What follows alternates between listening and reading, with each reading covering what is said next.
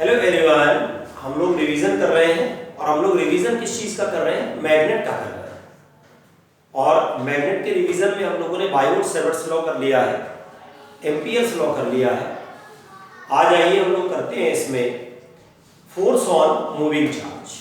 Okay, ये देखिए यहां पर कोई चार्ज पार्टिकल है Q और ये v वेलोसिटी से मोशन कर रहा है और यहां पर मैग्नेटिक फील्ड B, ठीक है ना। मैग्नेटिक फील्ड क्या है? B है। अब आप देखिए ये हमारी v वेलोसिटी है और B मैग्नेटिक फील्ड है और ये एंगल हमारा थीटा है, ये v cos थीटा है और ये v sin थीटा है। क्लियर है? कोई चार्ज पार्टिकल मोशन कर रहा है और v वेलोसिटी से मोशन कर रहा है। अब इस वेलोसिटी के दो कंपोनेंट हैं। एक कंपोनेंट हमारा हो गया कौन सा? v cos थीटा और दूसरा कंपोनेंट कौन सा हो गया? v sin थीटा हो गया। क्लियर हो रहा है कि? तो जो फोर्स लगता है पार्टिकल पर, जो फोर्स लगता है वो लगता है v sin थीटा। ये जो फोर्स लगेगा ये लगेगा q v sin theta into b लगेगा। क्लियर हो रहा है? मैं ये नहीं कह रहा हूं, एक्सपेरिमेंटली ये पता चला है कि जो फोर्स लगता है वो किस पर लगता है? तो परपेंडिकुलर कंपोनेंट पर लगता है, वर्टिकल कंपोनेंट पर लगेगा। ये देख रहे हो, v cos थीटा पर कोई फोर्स नहीं लगेगा। Force on v cos theta 0, force on v cos theta 0 और force on v sin theta ये आपका कितना लगेगा? q v sin theta into b। मतलब उस कंपोनेंट पर फोर्स लगेगा जो फील्ड के परपेंडिकुलर होता है वेलोसिटी का, वो कंपोनेंट। क्लियर है? तो यहां पर जब हम लोग फोर्स को लिखेंगे वेक्टर फॉर्म में तो हम लिख सकते हैं q v क्रॉस b। हम f को लिख सकते हैं q v cross b। We can write f equals to q v cross b। अब ध्यान से देखो, अगर v क्रॉस b है इसका मतलब है कि जो फोर्स यहां पर होगा ये परपेंडिकुलर होगा वेलोसिटी पर और परपेंडिकुलर होगा मैग्नेटिक फील्ड पर। क्यों? क्लियर हो रहा है? यहां पर जो फोर्स लगेगा वो वेलोसिटी के परपेंडिकुलर होगा और मैग्नेटिक फील्ड के परपेंडिकुलर होगा, क्योंकि f का फॉर्मूला है q और v क्रॉस b। जब दो वेक्टर का हम क्रॉस निकालेंगे तो भाई दोनों के परपेंडिकुलर आता है कि नहीं आता? तो यहां पर जो f हमारा है परपेंडिकुलर टू v है और परपेंडिकुलर टू b है। क्लियर हो रहा है? f is perpendicular to v and perpendicular to b। या ये करो, देखो अगर वेलोसिटी परपेंडिकुलर है, फोर्स और वेलोसिटी परपेंडिकुलर है, इसका मतलब क्या हुआ? इसका मतलब देखो ये निकला कि जो मोशन है पार्टिकल का वो सर्कुलर होगा। क्यों? क्योंकि ये जो फोर्स है वेलोसिटी के परपेंडिकुलर है और फोर्स वेलोसिटी के परपेंडिकुलर कौन सा वाला होता है? सेंट्रीपिटल वाला होता है। क्यों? इसका मतलब है कि the force is centripetal in nature.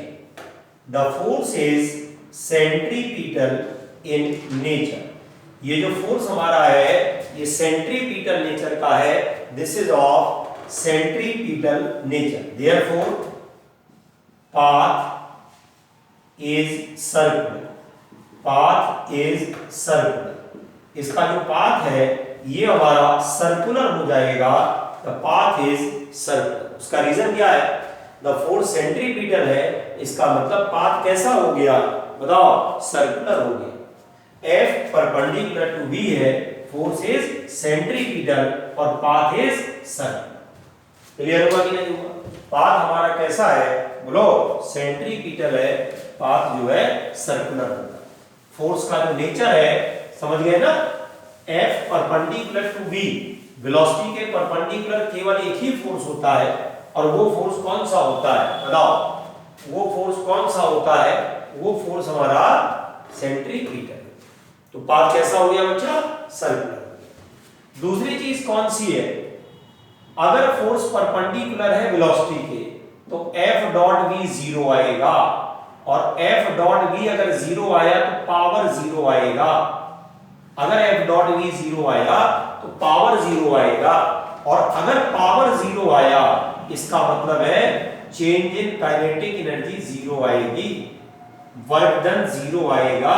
सारी बातें ध्यान रखिए भाई। अगर फोर्स वेलोसिटी के परपेंडिकुलर है तो इसका एक मतलब ये भी निकला, क्या मतलब निकला कि पावर जीरो आएगा, change in kinetic energy zero आएगा, वर्क डन जीरो आएगा। मतलब मैग्नेटिक फील्ड कभी भी पार्टिकल पर वर्क नहीं करता है।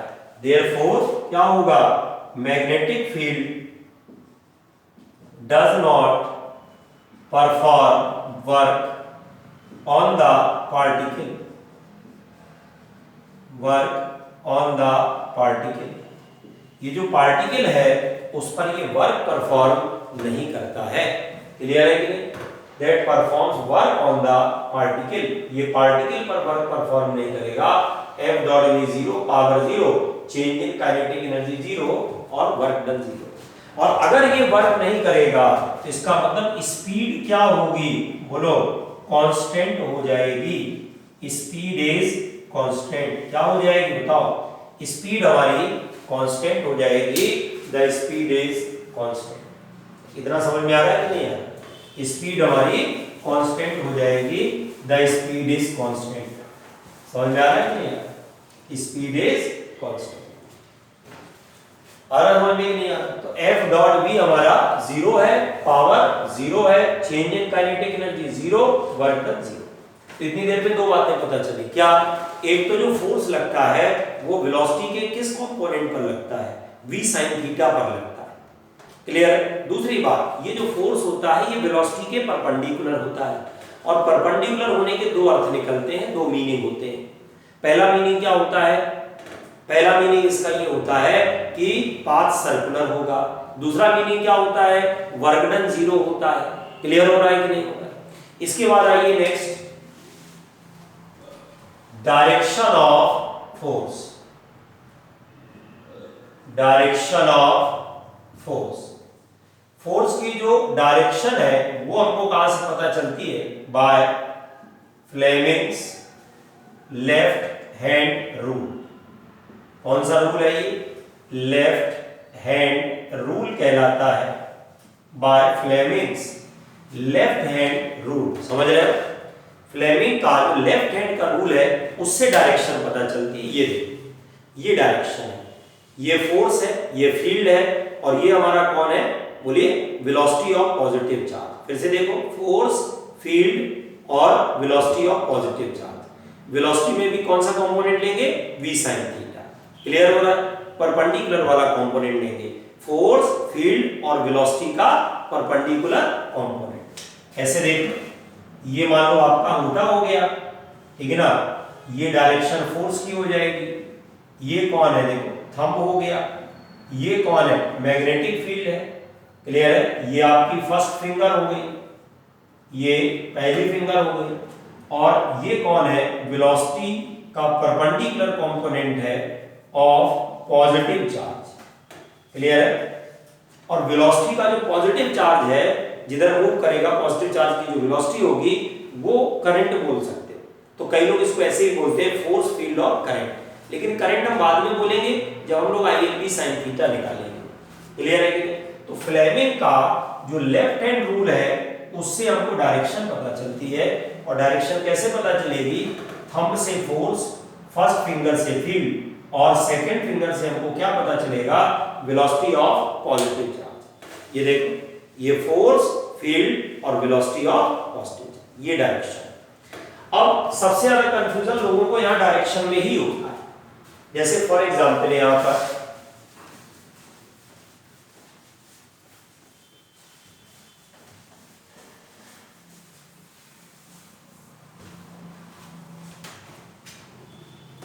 जैसे यहां देखो, ये आपने मैग्नेटिक फील्ड यहां पर ले लिया है ऐसे, ये मैग्नेटिक फील्ड ऐसे ले लिया है इसमें, ये मैग्नेटिक फील्ड है, और कोई Q चार्ज का पार्टिकल है और वो v वेलोसिटी से जा रहा है। देखो, मोशन कर रहा है। कोई Q चार्ज का पार्टिकल है और v वेलोसिटी से मोशन कर रहा है। यहां पर करोगे क्या? यहां से भाई ये देखो, ये फील्ड हो गया, ये कौन हो गया, वेलोसिटी। फोर्स कहां लग रहा है, देखो ऊपर लग रहा है फोर्स ऊपर की नहीं लग रहा है, ये देखो ये फोर्स हो गया।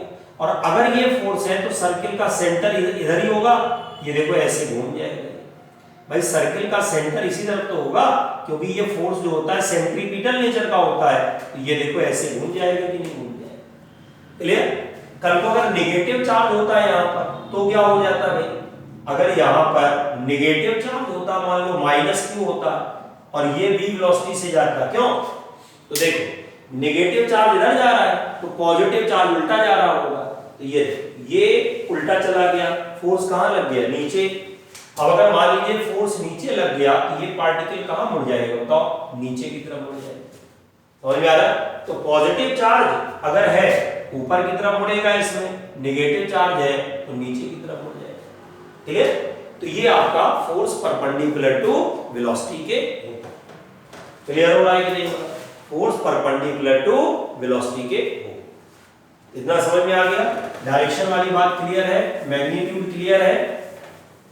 चलिए, तो ये आपका हो गया क्या, फोर्स ऑन मूविंग चार्ज। अच्छा, अब आइए इसमें केसेस की बात करें। केस 1, दो केस इसमें हम लोग बनाते हैं। पहला केस होता है क्या, velocity perpendicular to magnetic field. पहला केस बनाते हैं velocity perpendicular to magnetic field, मतलब थीटा 90 है। थीटा अगर 90 है तो फोर्स कितना मिलेगा, ये हमको QVB मिलेगा। ये जो फोर्स मिलेगा ये कितना मिलेगा बताओ, QVB मिलेगा। अब ये देखो, ये आपने मैग्नेटिक फील्ड बना लिया है, क्लियर है कि नहीं। अब ये देखो, ये ऐसे सर्कुलर पाथ में घूमेगा, क्लियर है। ये v वेलोसिटी है, ये देखो r इसकी क्या हो गई, रेडियस, क्लियर। r क्या हो गई, रेडियस। ये ऐसे घूम रहा है इसमें कि नहीं घूम रहा, समझ में आ रहा है कि नहीं आ रहा है। ये पार्टिकल देखो ऐसे घूम रहा है कि नहीं घूम रहा है। अब ये देखो, फोर्स की क्या डायरेक्शन है, ये डायरेक्शन फोर्स की ऊपर की तरफ हुई कि नहीं, ये देखो ऐसे हुआ। लेफ्ट हैंड रूल लगा लो, यहां पर क्या होगा, ये देखो ये वेलोसिटी हो गई, ये फोर्स हो गया, ये ऐसे घूमेगा कि नहीं घूमेगा, ठीक है ना।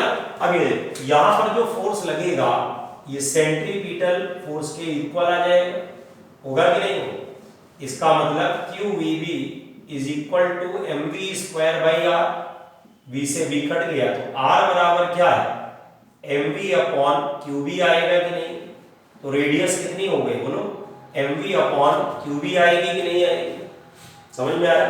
Radius is equal to mv upon qb। और दूसरी बात, mv क्या है, मोमेंटम। mv होता है momentum under root of 2 kinetic energy into mass, ये हो गया। यहां से रेडियस का क्या फॉर्मूला हो गया, रेडियस हो गया under root of 2 kinetic energy into mass upon qb आ गया, ये रेडियस आ जाएगी, काइनेटिक एनर्जी हो गया। अच्छा, काइनेटिक एनर्जी को qb लिख सकते हैं, ये आप भी जानते हो। q चार्ज होता है, v पोटेंशियल डिफरेंस होता है, तो रेडियस बराबर है अंडर रूट ऑफ 2 और qvm अपॉन qb होता है। तो r बराबर क्या हो गया, 1 upon b under root of 2 और vm अपॉन q, ये हमारी रेडियस हो जाएगी नहीं हो जाएगी, ये वैसे। तो देखो तीन फॉर्मूले हैं, तीनों के डिब्बा देखो बंद है। क्या, पहला वेलोसिटी के टर्म्स में, दूसरा काइनेटिक एनर्जी के टर्म्स में, तीसरा पोटेंशियल डिफरेंस के टर्म्स में। v यहां पर क्या है, पोटेंशियल डिफरेंस, ठीक है ना। v क्या है यहां पर, पोटेंशियल डिफरेंस हो गया, क्लियर। तो काइनेटिक एनर्जी हो गया, फिर दूसरा क्या हो गया है ना, मोमेंटम, और तीसरा कौन सा हो गया, पोटेंशियल डिफरेंस। तो ये रेडियस हो गया। अच्छा, एक काम और कर सकते थे इसमें, वो क्या कर सकते थे, यहां पर हम टाइम पीरियड निकाल सकते हैं। हम क्या निकाल सकते हैं बोलो, टाइम पीरियड निकाल सकते हैं। टाइम पीरियड आपको पता ही है, एक सर्किल को पूरा करने का जो टाइम होता है उसको टाइम पीरियड कहा जाता है। क्यों, 2 पाई r अपॉन v हो गया कि नहीं हो, अब ये देखो ये आ जाएगा 2 पाई अपॉन v और रेडियस क्या हो गया mv upon qb, v cut गया। तो यहां से टाइम पीरियड क्या मिल गया बोलो 2 पाई m upon qb, time period है 2 पाई m अपॉन qb। और फ्रीक्वेंसी का क्या फॉर्मूला है 1 upon time period qb upon 2 पाई m। फ्रीक्वेंसी हो गया qb अपॉन 2 बाई m। तो टाइम पीरियड क्या हो गया 2 पाई m अपॉन qb हो गया। Time taken to complete 1 revolution. Clear हो रहा है कि स्पीड कांस्टेंट रहेगी, मैग्नेटिक फील्ड वर्क नहीं करता, केवल क्या चेंज करता है डायरेक्शन। कल को अगर मान लीजिए स्पीड बदलेगी तो कहीं ना कहीं इलेक्ट्रिक फील्ड की वजह से बदलेगी और वहां पर इलेक्ट्रिक फील्ड भी प्रेजेंट होगा। उस टाइप के भी क्वेश्चन हम लोग करेंगे, ठीक है। तो समझ में आ गया, रेडियस वाली बात हो गई, टाइम पीरियड हो गया, फ्रीक्वेंसी की बात हो गई। बात किसकी हो गई फ्रीक्वेंसी की बात हो गई। अब जैसे देखिए रेडियस में क्वेश्चन आया करता है, बड़ा फेमस है, उसको कर लेते हैं। क्या क्वेश्चन आया करता है कि जैसे मान लो हम लोगों ने 3 पार्टिकल लिए, कौन कौन, हम लोगों ने 3 पार्टिकल लिए, proton, neutron and alpha particle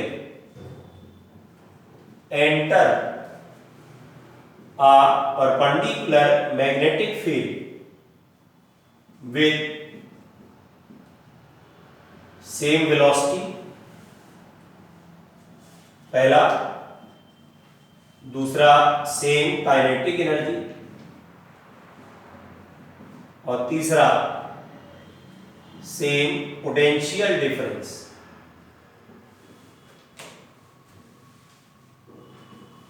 find ratio of radii. जो रेडियाई है उसका रेशो पूछ रहा है, what is the ratio of radii. लिख लीजिए क्वेश्चन।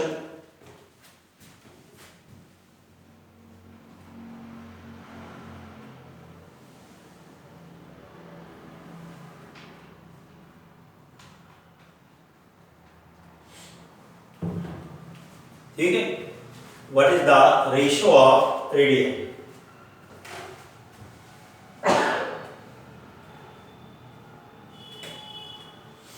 ठीक, अब एक एक करके देखते हैं। जैसे पहला वाला केस सेम वेलोसिटी में देखेंगे तो radius equal to mv upon qb। तो radius directly proportional to m, inversely proportional to q आ जाएगा।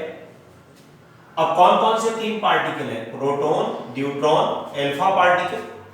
अगर मैं प्रोटॉन का मास m लिख देता हूं तो ये 2m आएगा और ये 4m आएगा। क्यों, ये कौन है E, ये कौन है बोलो E, और ये कौन है 2e। समझ रहे हो ना, प्रोटॉन, न्यूट्रॉन, अल्फा पार्टिकल, तीनों की लिस्ट बना दी। इसका मास है, इसका 2m, इसका 4m, इसका E, इसका E और इसका 2e। अब आ जाओ रेडियस का रेशियो ले लो। अगर मैं r प्रोटॉन r न्यूट्रॉन निकालूंगा तो क्या मिलेगा, चार्ज देखो दोनों का सेम है, केवल मास का फर्क है। तो ये आ जाएगा mass of proton upon mass of neutron. तो ये आएगा m upon 2m, m cut गया तो 1/2, एक हो गया ऐसे। क्लियर हो रहा है कि नहीं हो रहा। और उसके बाद देखो दूसरा है ना r d upon r alpha. अगर आर न्यूट्रॉन आर अल्फा ले लिया जाए तो अगर आर न्यूट्रॉन आर अल्फा ले लेंगे तो ये आएगा देखो क्या, mass of neutron mass of alpha. Charge उल्टा होता है तो चार्ज ऑफ अल्फा ऊपर, चार्ज ऑफ न्यूट्रॉन नीचे। क्यों, ये तो आएगा मास ऑफ न्यूट्रॉन, ये देखो 2m हो गया, ये 4m हो गया, ये तुम्हारा 2e हो गया, ये e हो गया, तो ये 1:1 आ गया r d upon r alpha 1:1 आ गया। ठीक, अब सुनो ध्यान से, हमें तीनों को साथ में लिखना है, R P R D R alpha तीनों को साथ में लिखना है। तो तीनों को साथ में लिखने का तरीका याद है, पहले वाले का डिनोमिनेटर दूसरे के न्यूमरेटर के बराबर होना चाहिए। पहले वाले का डिनोमिनेटर दूसरे वाले के न्यूमरेटर के बराबर होना चाहिए। यहां पर 2 लिखा है तो ऊपर भी 2 नीचे भी 2 मल्टीप्लाई कर दो तो आंसर आएगा 1:2:2। याद रहेगा? क्लियर है? 1:2:2 आ रहा सामने। तो आरटी आरडी आर अल्फा ये हमारा आएगा 1, ये आएगा 2 और ये आएगा 2। 1:2:2 है। क्लियर है? ये पहला केस था जब हम लोगों ने क्या सेम लिया है, वेलोसिटी। नोट कर लीजिए आराम से।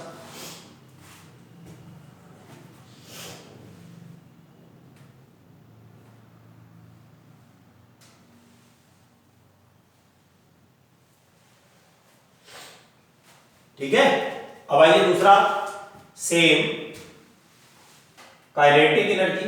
तो ये आएगा radius equal to √2 kinetic energy into mass.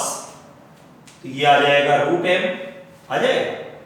तो ये देख यहां पर आ जाएगा √m लग गया, यहां पर लग गया रूट, तो ये हमारा आएगा 1/√2 आ गया। अब देख इसमें भी आपका क्या होगा, रूट लग जाएगा। देख यहां भी रूट, यहां भी रूट, और जब यहां पर रूट होगा ये 1/2 आएगा। सॉल्व करोगे तो √2:1 आ जाएगा। अब कुछ खास बात देखिए, यहां पर रूट है 2 और यहां भी √2 है। इसका डिनोमिनेटर इसका न्यूमरेटर बराबर है, इसका मतलब 1:√2:1 आ जाएगा। आ जाएगा। पहले वाले का डिनोमिनेटर दूसरे वाले के न्यूमरेटर के बराबर है तो कोई प्रॉब्लम है, तो सीधे आंसर कितना हो जाएगा, 1:√2:1 आ जाएगा। नोट कर लीजिए।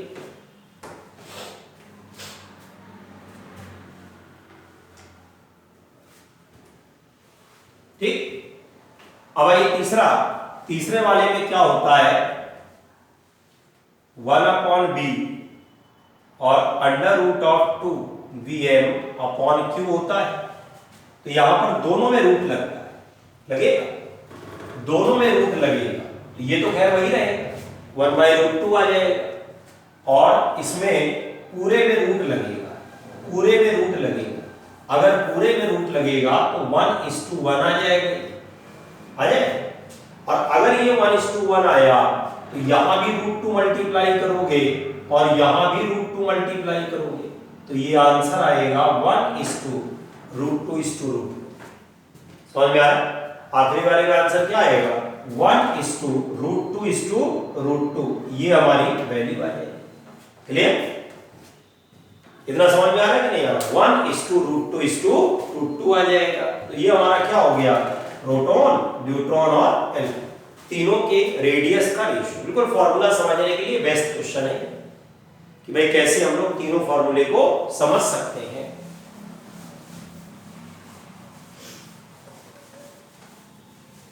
चलिए, तो ये आपका हो गया केस 1। पहले केस की बात हो रही है जिसमें थीटा 90 है। फॉर्मूला कैसे लगाना है, टाइम पीरियड का, रेडियस का, सब मैं आपको धीरे धीरे करके बता दूं।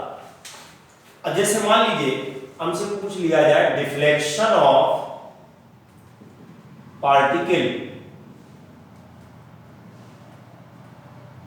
इन परपेंडिकुलर मैग्नेटिक फील्ड।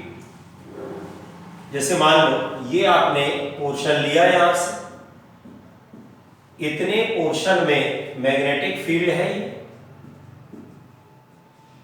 ये इतना मैग्नेटिक फील्ड है यहां पर।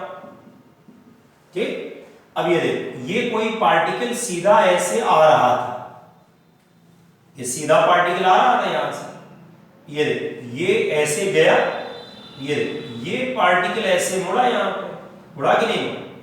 क्लियर है कि नहीं? ये पार्टिकल ऐसे मुड़ा, मुड़ रहा है कि नहीं मुड़ा? ये देखो यहां पर ये क्या हो रहा है, फोर्स लग रहा है इधर की नहीं, ये पार्टिकल का देखो ये वेलोसिटी हो जाएगी, फोर्स कहां लगा, ऊपर। अब अगर फोर्स ऊपर लगा तो ये देखो ये फोर्स लग रहा है इस डायरेक्शन में, पार्टिकल ऊपर की तरफ घूमेगा, लेकिन यहां पर मैग्नेटिक फील्ड खत्म हो गया। देखो यहां पर मैग्नेटिक फील्ड खत्म।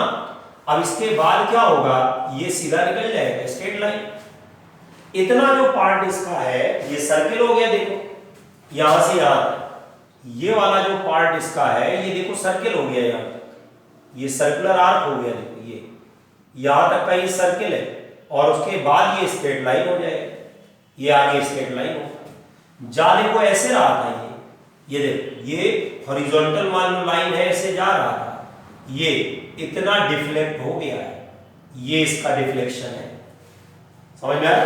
ये देखो ये पार्टिकल आया है ऐसे, यहां से आ रहा, देखो ऐसे ये आया, ऐसे घूम के गया, ऐसे यहां से निकल जाएगा ऐसे, क्लियर?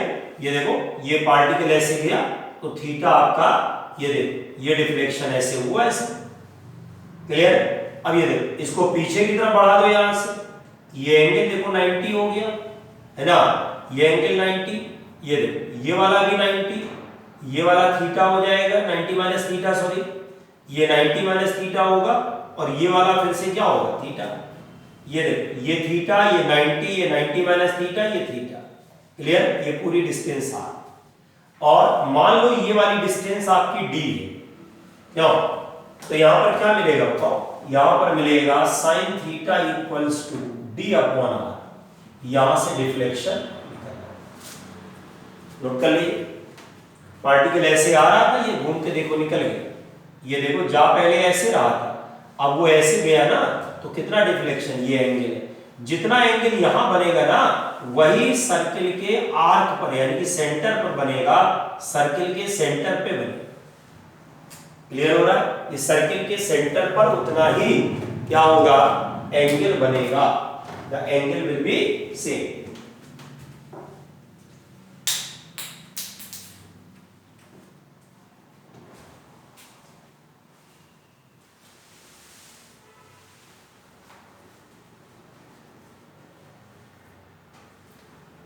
तो नोट कर लिया बच्चों? अब ये यहां पर थीटा तो हम यहां से निकाल लेंगे, जैसे मान लीजिए आपको थीटा डी की वैल्यू आर की इक्वल दे दी जाए, मान लो डी आर की इक्वल दे दिया जाए, तो यहां से साइन थीटा क्या मिलेगा बताओ 1, तो थीटा कितना मिल जाएगा 90 डिग्री, क्लियर हो रहा है ना? थीटा हमारा 90, कोई भी वैल्यू, जैसे मान लो डी इक्वल टू तुमको r/2 दे दिया, यहां से साइन थीटा 1/2 आएगा, तो थीटा कितने डिग्री आएगा बोलो 30 डिग्री आएगा कि नहीं? थीटा हमारा 30 डिग्री आ जाएगा कि नहीं आ जाएगा? तो यहां से d और r आपस में बराबर हो गए कि नहीं हो गए? ये 90 है, अगर d r/2 के बराबर है तो 30 डिग्री। एक क्वेश्चन और इसमें बन सकता है क्या, कि ये पार्टिकल कितनी देर तक फील्ड के अंदर रहेगा, ये देख रहे हो इतनी देर तक पार्टिकल फील्ड के अंदर है, तो यहां पर एक क्वेश्चन और बन सकता है कि कितने टाइम के लिए ये फील्ड के अंदर रहेगा, क्या पूछ सकता है द टाइम ड्यूरेशन, ये पूछ सकता है टाइम ड्यूरेशन, क्या पूछ सकता है time duration for which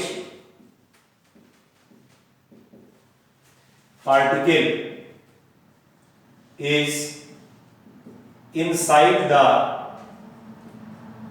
field, the time duration for which the particle is inside the field। देखो अगर ये पूरा सर्किल कर लेता, अगर ये पूरा सर्किल करता तो ये एंगल बनता 2 पाई, तो 2 पाई में जो टाइम होता वो कितना होता t टाइम पीरियड, तो 1 में कितना हो जाएगा t अपॉन 2 पाई, तो थीटा में कितना हो जाएगा t upon 2 pi into theta हो जाएगा, क्यों भाई एंगल थीटा में कितना हो जाएगा t upon 2 pi into theta हो जाएगा कि नहीं हो जाएगा, क्यों? तो ये जो टाइम हमारा निकल के आ रहा है दैट इज t अपॉन 2 पाई और इंटू थीटा निकल के आ रहा है, इतनी देर तक ये पार्टिकल कहां रहेगा फील्ड के अंदर रहेगा, समझ रहे हो? थीटा हम लोग यहां से निकाल लेंगे, उठा करके रख देंगे, क्लियर है कि नहीं? ये कितनी देर तक पार्टिकल रहेगा ये यहां से निकाल सकते हैं। तो डिफ्लेक्शन ऑफ पार्टिकल, तो ये परपेंडिकुलर मैग्नेटिक फील्ड के केसेस बताए जा रहे हैं ना, परपेंडिकुलर मैग्नेटिक फील्ड के जो केसेस हैं वो अपने को बताए जा रहे हैं, ओके। तो ये पहला केस। अब इसमें क्वेश्चंस की क्लास एक अलग से ले लेंगे, क्वेश्चन जितने भी बनते हैं छोटे छोटे इनकी क्लास एक अलग से ले लिए जाएंगे, क्यों? ठीक है ना। ये तो आज हम लोगों ने देखो मैग्नेटिक फील्ड में फोर्स की बात की, और फोर्स में भी हम लोगों ने पहला केस सीख लिया है कि जिसमें क्या थीटा 90 डिग्री। अभी हम आपको बताएंगे कि जब थीटा 90 नहीं होता है, और साथ में लॉरेंट फोर्स बताएंगे। Okay, thank you very much.